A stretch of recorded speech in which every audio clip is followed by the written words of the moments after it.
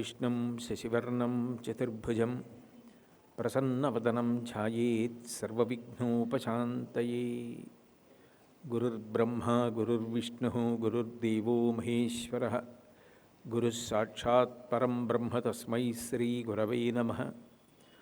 వ్యాసాయ విష్ణురూపాయ వ్యాసరూపాయ విష్ణవే నమో వై బ్రహ్మనిధయే వాసిష్ఠాయ నమో నమః. కూజంతం రామ రామేతి మధురం మధురాక్షరం ఆరుహ్య కవితాశాఖాం వందే వాల్మీకికోకిలం. శ్రుతిస్మృతిపురాణానాం ఆలయం కరుణాలయం నమామి భగవత్పాదశంకరం లోకశంకరం. వాగర్ధావివ సంపృక్తౌ వాగర్ధప్రతిపత్తయే జగతః పితరౌ వందే పార్వతీ పరమేశ్వరౌ. సూక్తిం సమగ్రయతున స్వయమేవ లక్ష్మీ శ్రీరంగరాజమహిషీ మధురైకటాక్షైః. వైదగ్ధ్యవర్ణగుణగుంభనగౌరవైర్యాం కండూలకర్ణకుహరాः కవయోధయంతి. హైమోర్ధ్వపుండ్రమజహన్మకుటం సునాసం మందస్మితం మకరకుండలచారుగండం బింబాధరం బహుళదీర్ఘకృపాకటాక్షం. శ్రీవేంకటేశముఖమాత్మని సన్నిధత్తాం. విమలపటీ కమలకుటీ పుస్తకరుద్రాక్షసస్తహస్తపుటీ కామాక్షి పక్ష్మలాక్షి కలితవిపంచి విభాసి వైరించి. మనోజవం మరుతతుల్యవేగం జితేంద్రియం బుద్ధిమతాం వరిష్టం వాతాత్మజం వనరయూధముఖ్యం శ్రీరామదూతం శిరసా నమామి. ఆపదామపహర్తారం దాతారం సర్వసంపదాం లోకాభిరామం శ్రీరామం భూయో భూయో నమామ్యహం. హరి ఓం. పరమేశ్వర స్వరూపైన సభకి నమస్కారం. రమా శంభు పరమశివుడు. మీకు మిగిలిన క్షేత్రాలన్నిటిల్లో పరమశివుడు ఒకలా ఉంటాడు. ఒక్క పూరిలో మాత్రం పరమశివుడు రెండు రూపాల్లో ఉంటాడు. నిజానికి జగన్నాథుడు ఒకడు, పరమశివుడు ఒకడా? నేను మీకు ఏదో ఒక రోజున చెప్తాను. పరబ్రహ్మపీడ అన్న శ్లోకంలో జగన్నాథుడే శివస్వరూపంగా కూడా ఎలా ఉంటాడో చెప్తాను. అంటే నిజానికి శివకేశవులు ఇద్దరు ఒక్కటే. ఈ నెల్లూరు పట్టణంలోనేగా తిక్కన గారు మహాభారతాన్ని ఆంధ్రీకరించారు. ఆంధ్రీకరించినప్పుడు విరాట పర్వంలో నాకు శివకేశవులు ఇద్దరూ కలిసి ఒకే స్వరూపంగా గోచరించారు. రెండుగా శివుడుగా కేశవుడుగా కాకుండా ఇద్దరూ కలిసినటువంటి స్వరూపాన్ని నేను దర్శనం చేశానని చెప్పి ఆయన అద్భుతమైనటువంటి పద్యాన్ని కూడా రచన చేశారు. ఆ పద్య రచన చేసినప్పుడు మహానుభావుడు ఆ శివకేశవుల మధ్య భేదం లేకుండా ఇద్దరూ ఎలా ఉంటారో కూడా అంత గొప్పగా వర్ణించి, సురనదియును కాళిందియును బెరసినట్టి కాంతి పూరంబు శోభిల్లు శాంతమూర్తి నా మనసు ఆనందమగ్నముగా చేసి ఎలది సన్నిధి చేసే సర్వేశ్వరుండు కరుణారసము పొంగి దొరపెడు చాట్పున శిశిరేఖ అమృతంబు జాలువార. అట్లాగే నాభి పంకజమునొప్ప, ఒక పక్క చంద్రబింబం మించి పడుతున్నటువంటి అమృతం శివస్వరూపం, ఒక పక్క నాభిలో తామర పువ్వు విష్ణుస్వరూపం, ఒక పక్క నీలకంఠం పరమశివుడు, ఒక పక్క విష్ణుమూర్తి ఎలా ఉంటాడో అలా వరమున కౌస్తుభ రత్నమొప్ప ఉదయాద్రినీతించు భానుబింబమునాన వరమున కౌస్తుభ రత్నమొప్ప. ఆ వక్షస్థలంలో కౌస్తుభరత్నంతో విష్ణుమూర్తిగా, సురనదియును కాళిందియును బెరసినట్టి. గంగ తెల్లగా ఉంటుంది, యమున నల్లగా ఉంటుంది. గంగా యమున కలిసి వస్తే ఎలా ఉంటుందో అట్లా సురనదియును కాళిందియును బెరసినట్టి కాంతిపూరమ్ము శోభిల్లు శాంతమూర్తి నా మనము ఆనందమగ్నముగా చేసి ఎలమి సన్నిధి చేసే సర్వేశ్వరుండు అని శివుడు విష్ణువు కలిపి ఒకే స్వరూపంగా అర్ధనారీశ్వర స్వరూపం ఎలా ఉంటుందో అలా తనకి ప్రత్యక్షమైన సందర్భాన్ని తిక్కన గారు వర్ణించారు విరాట పర్వంలో. అంటే శివకేశవులు నిజానికి ఒకటే. అయినా పూరీ క్షేత్రం దగ్గరికి వెళ్ళేటప్పటికీ మీరు దర్శనానికి మొట్టమొదటి 22 మెట్లలో మెట్లు ఎక్కి ఇలా 22 మెట్లు దాటగానే ఎడమవైపు కాశీ విశ్వనాథ మందిరము అని ఉంటుంది. అంటే కాశీ నుంచి విశ్వనాథుడే పూరీ క్షేత్రంలో వచ్చి మెట్ల దగ్గర మొట్టమొదట విరాజమానుడై ఉంటాడు. మొదట శివదర్శనం. ఆ విశ్వనాథుడి పక్కన సీతారామ మందిరం ఉంటుంది. విచిత్రం ఏమిటంటే రాముడు పెద్ద పెద్ద మీసాలతో ఉంటాడు. అన్నవరంలో సత్యనారాయణ స్వామి వారు ఎలా ఉంటారో అలా పెద్ద పెద్ద మీసాలతో ఉంటాడు రాముడు. చూడగానే ఎవరైనా అనిపిస్తుంది మనకి. ఆయన రాముడండి, హనుమ, లక్ష్మణుడు, సీతమ్మ అని చెప్పిన తర్వాత నిజమే రోజు ఎక్కడ ఇంత మీసాలెట్టుకుని రాముడిని చూడలేదనుకుంటాం. అంత మీసాలతో ఉంటాడు అక్కడ. అటువంటి సీతారామ మందిరం ఉంటుంది. కాబట్టి రమా శంభు మొట్టమొదటే జగన్నాథ దర్శనానికి తూర్పు ద్వారంలోంచి వెడుతుంటే సింహాలు ఉన్న వైపు నుంచి శంభు దర్శనం. శంభావయతి ఇది శంభు, సమస్త సుఖములకు కారణమైనవాడు. విశేషం ఏమిటంటే ఈయనకి బృందావనం అంటే ఇష్టం, రాసలీలంటే ఇష్టం. గోపికలుగా మారిపోయి అంత భక్తితో పరిగెత్తుకొచ్చిన వాళ్ళంటే ఇష్టం. అందుకని ఈ జగన్నాథ క్షేత్రానికి వచ్చినప్పుడు నేను శివస్వరూపంగా రాను. శివుడిగా వస్తే పురుషస్వరూపంగా వచ్చినట్టు అవుతుంది. కృష్ణుడికి ఏది ఇష్టం? గోపికగా వస్తే ఇష్టం. అందుకని శివుడు గోపికా వేషాన్ని ధరించి గోపేశ్వర్ అంటారు అక్కడ. అసలు మీకు ఇంకెక్కడా కనపడదు. యావత్ ప్రపంచంలో బహుశः శివుడు గోపిక వేషం కట్టినటువంటి ఏకైక క్షేత్రం పూరీ క్షేత్రం. శివుడు గోపికలా చీర కట్టుకుని ఇలా తలమించి వేసుకుని ఉంటే ఎలా ఉంటాడో ఆ వేషంతో ఉంటాడు. గోపేశ్వర్ అన్న పేరుతో ఉంటాడు. అంటే ఒకరి మనసు ఒకరు తెలుసుకుని ఎంత ప్రేమతో ఉంటారు శివకేశవులు అనడానికి గొప్ప ఉదాహరణ. గోపేశ్వర స్వరూపంగా వచ్చాడు అంటే శంభుమూర్తి ఏ క్షేత్రంలోనూ రానటువంటి అద్భుతమైనటువంటి రీతిలో ఈ క్షేత్రంలో వచ్చాడు. అంటే అంత ప్రసన్నుడిగా ఉంటాడు. కృష్ణుడి కోసం అటువంటి మనస్తత్వంతో వస్తున్న వాళ్ళని చూసి నేను మీలాగే గోపికలా వచ్చాను చూడండి అంటే. అందుకని రమా శంభు బ్రహ్మ. సరే, ఆ క్షేత్రంలో జగన్నాథస్వామి ఏర్పడగానే ఇదేమని ఇంద్రజ్యుమ్నుడు ఆశ్చర్యపోతున్నప్పుడు బ్రహ్మగారే వచ్చి ఇలాగే ప్రతిష్ఠ చేయమని చెప్పాడు. పైగా బ్రహ్మగారి చేత నిరంతరము ఆరాధింపబడుతూ ఉంటాడు. అసలు విష్ణుపాదములు ఎప్పుడు కనపడతాయా కాళ్ళు కడుగుదామని ఎదురు చూస్తుంటాడు. ఎందుకని అంటే సంప్రదాయంలో విష్ణుమూర్తి బ్రహ్మగారికి తండ్రి. ఎందుకనంటే ఆయన నాభికమలంలోంచి పుట్టాడు కదూ. వామనమూర్తిగా ఆయన ఒక పాదం పైకి ఎత్తి ఆకాశాన్ని అంతటినీ కూడా కొలిచేయడానికి సిద్ధపడుతుంటే పైకి వస్తున్న విష్ణు పాదాన్ని చూశాడు బ్రహ్మగారు. తన పుట్టిల్లిద పొమ్మటంచునదుడుంతన్నాభి పంకేరుహంబు నిరీక్షించి నటించి ఉన్నత పదంబున్గాంచి తత్పాద శేచనముంచేశ కమండలూదకములం చల్లించి తత్తోయముల్ వినివీధిన్ ప్రవహించే దేవనదిగా విశ్వాత్మకీర్తి ప్రభన్. ఆ నారాయణమూర్తి పాదం చూసి తన చేతి కమండలంలో ఉన్న నీళ్లు తీసి ఆయన పాదం మీద పోసి కడిగాడు. అది ఆకాశగంగా అయి ప్రవహించింది. అంత భక్తి నారాయణమూర్తి అంటే. కాబట్టి బ్రహ్మ ఒక రూపంతో ఉండరు, కానీ నిరంతరం జగన్నాథుడి యొక్క సేవ తండ్రి గారు అని చెప్పి మొట్టమొదట ఆయన దర్శనం చేసుకుని నమస్కరించి తీరేవాడెవరు? ఆయన కాళ్ళు కడిగేవాడెవరు? బ్రహ్మగారు. కాబట్టి రమా బ్రహ్మ, రమా శంభు బ్రహ్మ, అమరపతి. అమరపతి అంటే దేవేంద్రుడు. అసలు నిజానికి దేవలోకం మీద దండెత్తి పెడతారు రాక్షసులందరూ వరాలు కోరుకున్న తర్వాత. అట్లాంటి దేవేంద్రుణ్ణి కాపాడడం కోసం, దేవతల్ని కాపాడడం కోసం, రాక్షసుల్ని మధించడం కోసం, ధర్మాన్ని నిలబెట్టడం కోసం ఎన్నో అవతారములు విష్ణువు స్వీకరిస్తారు. యదా యదా హి ధర్మస్య గ్లానిర్భవతి భారత అభ్యుత్థానమధర్మస్య తదాత్మానం సృజామ్యహం. అందుకని అన్ని అవతారములు నిజానికి దేవేంద్రుడి యొక్క పరివారమైనటువంటి దేవతలను కాపాడడానికే వస్తాడు. కాబట్టి విష్ణువు యొక్క అవతారములు, విష్ణువు అంటే దేవేంద్రుడికి అంత ప్రీతి. అటువంటి దేవేంద్రుడు జగన్నాథ సేవ చెయ్యకుండా ఎలా ఉంటాడు? భూమి మీద జగన్నాథుడయ్యి ఆయన నిలబడి ఉంటే, సకల దేవత సార్వభౌముడై కాపాడుతుంటే. అందుకని రమ, శంభు, బ్రహ్మ, అమరపతి, గణేశార్చితపదో. ఇదో విచిత్రం. నేను మీతో 108 కలశలతో అభిషేకం చేస్తారు స్వామివారికి జ్యేష్ఠ పూర్ణిమ నాడని చెప్పాను కదా. జ్యేష్ఠ పూర్ణిమ నాడు అభిషేకం చేయడం పూర్తయిపోగానే మొట్టమొదట లోకంలో పుత్రశబ్దం అన్వయం ఎవరికైంది అంటే విఘ్నేశ్వరుడికి అయింది. ఎందుకంటే ఆది కుటుంబం పార్వతీ పరమేశ్వరుడు. నిత్యాయ త్రిగుణాత్మనే పరజితే కాత్యాయని శ్రేయసే సత్యాయ ఆద్య కుటుంబిని మునిమన ప్రత్యక్ష చిన్మూర్తయే అంటారు శివానంద నగర్లో శంకరాచార్యులు వారు. ఆది కుటుంబం పార్వతీ పరమేశ్వరుడు, వాడి మొట్టమొదటి పిల్లవాడు. అందుకని పిళ్ళయార్ అంటారు తమిళనాడులో. పెద్దబ్బాయి అని గౌరవం, పిళ్ళయార్.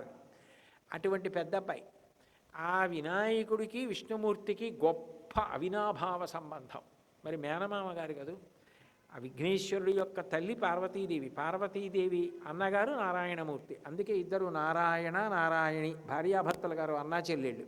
పైగా కృష్ణుడిగా ఆయన దేవకీదేవి కడుపున పుట్టి ఉన్నప్పుడు యశోదా గర్భంలో యోగమాయ పార్వతీదేవి పుట్టింది. ఈ దేవకీదేవి దగ్గర నుంచి కృష్ణుడు యోగమాయ దగ్గర యశోద దగ్గరికి వెళ్ళిపోయాడు.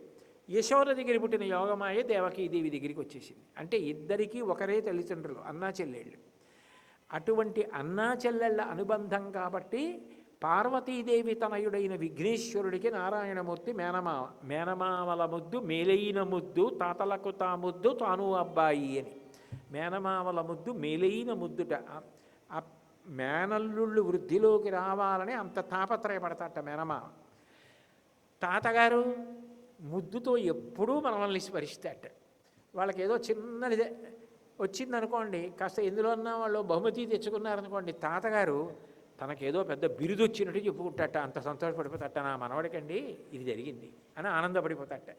తాతలకు తా ముద్దు తాను అబ్బాయి. మరి మేనమామ గారు కదూ, అందుకని ఈయన ఏం చేస్తాడంటే, మేనల్లుణ్ణి సంతోషపెట్టాలంటే, మేనల్లుడు చిన్నపిల్లాడిని సంతోషపెట్టాలంటే ఏం చేయాలి? ఆయన చిన్నపిల్లాడిలాగే అయిపోయాడు అనుకోండి, మేనల్లుడు ఏం చేస్తాడు? పక్క పక్క పక్క పక్క నవ్వుతాడు. ఏం మావయ్య అచ్చు అలా చేస్తున్నావు అని. అందుకని 108 బిందెలు స్నానం చేసేయగానే మొట్టమొదట ఏం చేస్తారంటే, నలుగురు గజవేషం వేసుకుంటారంటే వినాయకుడు ఎలా ఉంటాడో అలాగే గజముఖాలు తగిలించుకుని ఆ వేషం వేస్తారు. ఇప్పటికీ ఆ వేషంతో కనపడతారు. అంటే వినాయకుడు చూసి, అదేంటి మావయ్య నువ్వు పెద్ద మావయ్య అందరూ ఇలా నా వేషం కట్టారని పక్క పక్క పక్క పక్క నవ్వి సంతోషించాలి. అంతేకాదు, ఆ వినాయకుడు ఎవరో కాదు, నేను కానిది లేదు, సమస్తము నేనే అని చెప్పడానికి వినాయక వేషం ధరిస్తాడు. వినాయకుడు ఎప్పుడైనా చాలా సంతోషపడిపోయాడు అనుకోండి, నృత్యం చేస్తాడు. అంటే సాధారణంగా నృత్యం చేసేవాళ్ళు ఎలా ఉండాలి? కాస్త ఏదో సన్నగా సౌందర్యవంతంగా ఉంటే నృత్యం చెయ్యగలరు. బాగా లావుగా ఉండి పెద్ద పొట్ట ఉండి కొంచెం పొట్టిగా ఉన్నవాళ్ళు నృత్యం చేయడానికి వచ్చారనుకోండి, చూడగానే అదేమిటండి ఆయన నృత్యం చేయడం ఏమిటి అనుకుంటాం. విఘ్నేశ్వరుడు నృత్యం చేస్తే, అంటే ఆయన ఎందుకు నృత్యం చేస్తాడంటే, నృత్య గణపతి అని ఉంటుంది స్వరూపం. అవతల వాళ్ళు తన తప్పు తెలుసుకున్నా తను సంతోషపడిపోయి నృత్యం చేస్తాడు. చంద్రుడు తను చేసిన తప్పు తను తెలుసుకుంటే గణపతి నృత్యం చేశారు. అంత విశాల హృదయుడు విఘ్నేశ్వరుడు. తాను చాలా సంతోషపడిపోయాడు అనుకోండి, నృత్యం చేస్తాడు. మా మేనమామ కలియుగంలో అందరినీ ఉద్ధరించడానికి కరచరణాదులు లేకపోయినా మూర్తిలో ప్రవేశించి వచ్చి కూర్చున్నాడు. గోపికలు ఆర్తి పొందినట్టు ఒక్కసారి దర్శనం చెయ్యాలని ప్రేమ కలిగి వస్తే చాలు మా మామయ్య ఉద్ధరిస్తాడు. అంత గొప్పవాడు మా మామయ్య అని చెప్పడానికి ఈ సీతారాముల మందిరం, కాశీ విశ్వనాథ మందిరం దాటి కొంచెం పైకి వెడితే దివ్యమైనటువంటి వటవృక్షం ఒకటి ఉంటుంది. దాన్ని కల్పవృక్షం అని పిలుస్తారు. దాని కింద నిలబడి ఏవైనా మంచి కోరికలు కోరుకోమంటారు. ఆ కల్పవృక్షం ఉంటుంది. అక్కడ మొట్టమొదటి ఇంద్రద్యుమ్నుడు దేవాలయ నిర్మాణం ప్రారంభం చేసినప్పుడు నారద మహర్షి వచ్చి, ఇక్కడ నువ్వు దేవాలయం ప్రారంభం చేసినప్పుడు తిన్నగా జగన్నాథ దేవాలయం కట్టడం కాదు, నువ్వు ఇక్కడ ప్రధానంగా ముందు నరసింహస్వామి దేవాలయం కట్టు అంటే ఆది నరసింహ అంటారు. ఆది నరసింహస్వామి దేవాలయం కట్టాడు.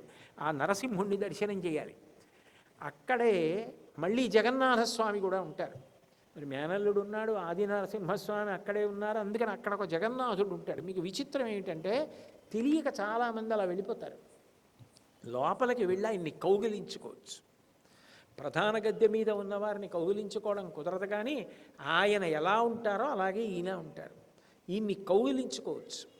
ఆయన్ని కౌగిలించుకున్నప్పుడు కళ్ళు మూసుకొని కౌగిలించుకుంటే మెత్తగా మనిషి శరీరం ఎలా తగులుతుందో అలా తగులుతుంది.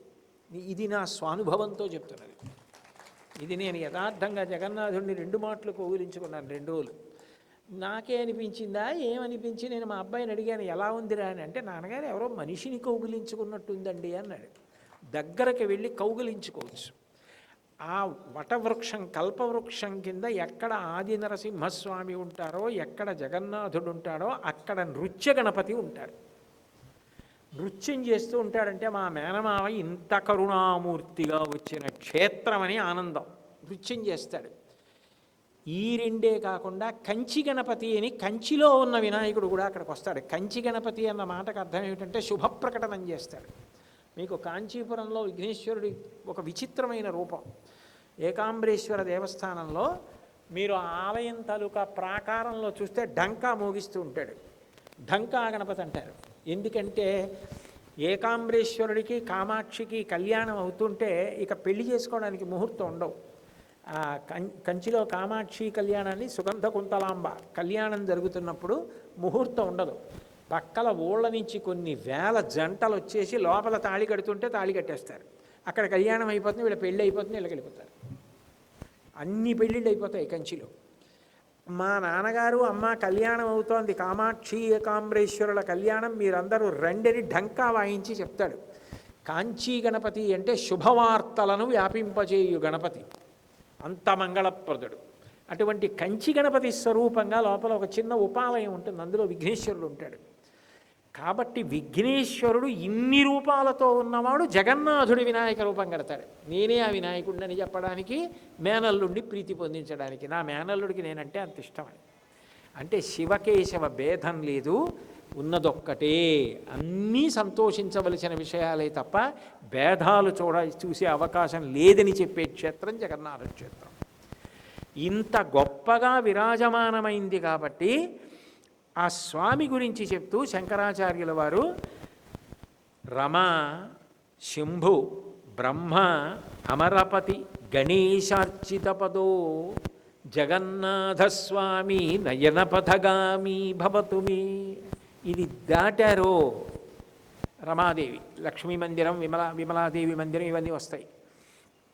కాబట్టి ఆలయం లోపలికి వెళ్ళేటటువంటి క్రమాన్ని సూచించారు.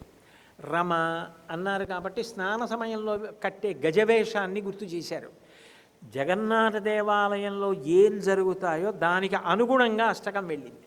అంటే శంకరులు ఒక దర్శనం చేస్తే ఎంత గొప్పగా అష్టకాన్ని రచిస్తారో, అష్టకం చదువుకుంటుంటే జగన్నాథుడు మనకి స్మృతి పథంలో తిరుగుతాడు. మొత్తం దేవతల ఉత్సవాలు అన్నీ స్మృతి పథంలో కదిలేటట్టుగా వ్రాశారు ఆ అష్టకాన్ని. అంత గొప్పగా ఇచ్చారు. ఇవన్నీ మనసులో కదిలితే కంటి ముందు జగన్నాథుడు కనబడతాడు. జగన్నాథస్వామి నయనపథగామి భవతు మే. 5 రోజుల్లో జగన్నాథాష్టకం పూర్తి చేయాలి. 2 రోజులకి ఒక శ్లోకం అయింది. అయితే పలికెడిది భాగవతమట పెలికించు విభుండు రామభద్రుండట నేపలికిర భవహరమగునట పలికెద వీరుండు గాథ పలుకగనేలా. నాకేమి తొందర, నా ముందు ఈ మైకు బెంగెట్టుకుంటే అర్థం ఉందా? ఇంకా 3 రోజులు ఉంది, 7 శ్లోకాలు ఉన్నాయి, దీనికి ఎందుకు బెంగ? చెప్పేవాడిని నేను. ఈ మైకు ముందు నేను చెప్పినట్టు నేను ఇంకొకరికి మైకు, ఆయన చెప్పవలసిన వాడు, ఆయన చెప్పుకుంటాడు, నాకెందుకు?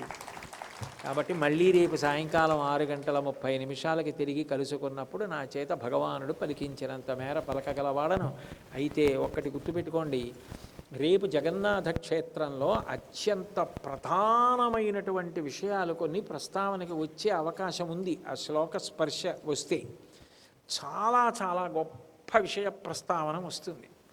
కాబట్టి సాధ్యమైనంత వరకు రండి. నేను ఎక్కువ సమయం తీసుకోగలను, మాట్లాడగలను. కానీ నేను ఎందుకు తీసుకోవట్లేదంటే ఈ ప్రాంతంలో బాగా వర్షాలు పడ్డాయి, చల్లగా ఉందేమో, నేను ఎక్కువసేపు మాట్లాడి మిమ్మల్ని కూర్చోపెడితే మీకు ఆరోగ్య భంగం అయ్యే అవకాశం ఉంటుంది అన్న ఉద్దేశ్యంతో నేను 8:15 అయ్యేటప్పటికీ పూర్తి చేసేస్తున్నాను. పైగా అప్పటికి నేను 1:45 మాట్లాడినట్టు. అది మిమ్మల్ని ఇబ్బంది పెట్టకూడదని అక్కడతో పూర్తి చేస్తున్నాను. కనీసం ప్రారంభం మనం ఖచ్చితంగా చేయగలిగితే మనం జగన్నాథుడి గురించి మనసారా స్మరించుకునే అవకాశం ఉంటుంది. కాబట్టి 6:30 మాత్రం రాజీ లేకుండా ప్రారంభం అయిపోతుంది. కాబట్టి రేపట్లా ప్రారంభం చేసి చక్కగా చెప్పుకునే అదృష్టాన్ని ఈశ్వరుడు కటాక్షించుగాక. మంగళాశాసనపరై మదాచార్య పురోగమై సర్వైశ్చ పూర్వైరాచార్యై సత్కృతాయాస్తు మంగళం. మంగళం కోసలేంద్రాయ మహనీయ గుణాత్మనే చక్రవర్తి తనూజాయ సర్వభౌమాయ మంగళం. ఉమాకాంతాయ కాంతాయ కామితార్థప్రదాయినే శ్రీగిరీశాయ దేవాయ మలినాథాయ మంగళం. సర్వం శ్రీ ఉమామహేశ్వర పరబ్రహ్మార్పణమస్తు. స్వస్తి.